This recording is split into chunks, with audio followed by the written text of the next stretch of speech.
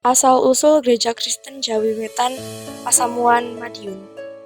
Perintisan GKJW Pasamuan Madiun bermula dari Jenah Muluk, desa yang letaknya terpencil di daerah Kabupaten Ponorogo. Jemaah Kristen tersebut muncul kurang lebih pada tahun 1872 yang digembalakan oleh Kiai Sembri. Mbah Buyut Sembri tidak diizinkan pemerintah Belanda untuk membuka hutan di daerah Kediri karena desa Wonoasri dan Brusari telah banyak dihuni orang Kristen. Oleh karena itu, Mbah Buyut Sembri berkelana ke daerah lain untuk membuka hutan dan menjadikan desa Kristen. Lalu, dipilihnya Desa Nguluk sebagai basis desa Kristen. Pada tanggal 15 September 1875, Mbah Buyut Sembri dikaruniai seorang putra sulung bernama Nathan Mitro.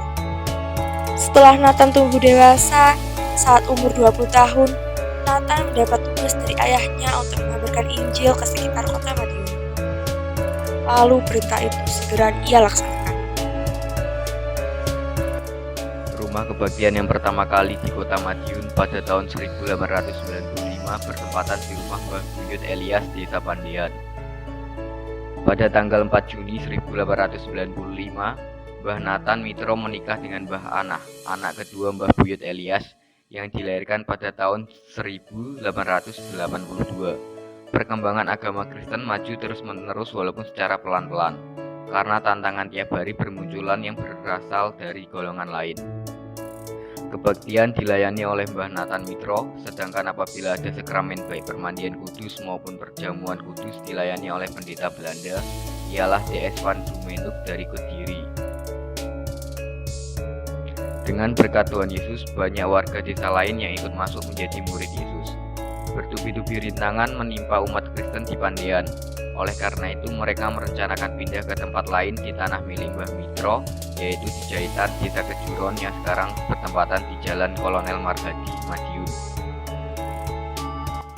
Rumah kebaktian di Jahitan, Desa Kejuron, bertempat di rumah Mbah Nathan Mitro bagian depan. Hal ini terjadi pada tahun 1903. Banyak pendatang dari kota-kota lain yang menjadi warga Gereja Kristen Madiun. Setiap ada sakramen dilayani oleh pendeta Belanda dari Kediri, ialah DS Van Gekum. Sehingga rumah kebaktian tidak dapat menampung lagi apabila ada sakramen. Mengingat bahwa rumah kebaktian tidak dapat menampung lagi, oleh Majelis Pasamuan dibentuk panitia pembangunan gereja.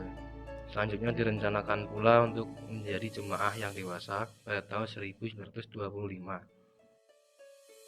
Menurut pertimbangan DS Van Gekum, belum dapat dijadikan jemaah dewasa karena belum adanya gembala yang berstatus pendeta. Meskipun rencana pendewasaan jemaah masih belum dapat dilaksanakan, namun panitia pembangunan gereja yang ditangani oleh Bapak R. Prawirotenojo dan Bapak Murdano Mustoko tetap berjalan. Gereja Kristen di Tuk Buntung. Pembangunan gereja di Tuk Buntung atau tempat gereja yang sekarang dimulai pada tahun 1929, namun sempat terhenti pada tahun 1932 yang kemudian dapat diselesaikan pada tahun 1934 serta mulai dipergunakan sejak Maret 1935. Pada proses pembangunannya, sang pemilik tanah yaitu Mbah Nathan Mitro selalu mengalami sakit dan berujung meninggal dunia pada bulan yang sama saat gedung gereja selesai dibangun, tepatnya pada 18 Desember tahun 1934. Jemaah pada saat itu dilayani oleh Bapak Pendeta Wiri Musti yang kemudian sekitar pada tahun 1935 diganti oleh Bapak Pendeta DS Iskandar karena Bapak Pendeta Wiri Musti harus melanjutkan pendidikannya ke Sekolah Teologi di Malang yang selesai pada awal tahun 1937.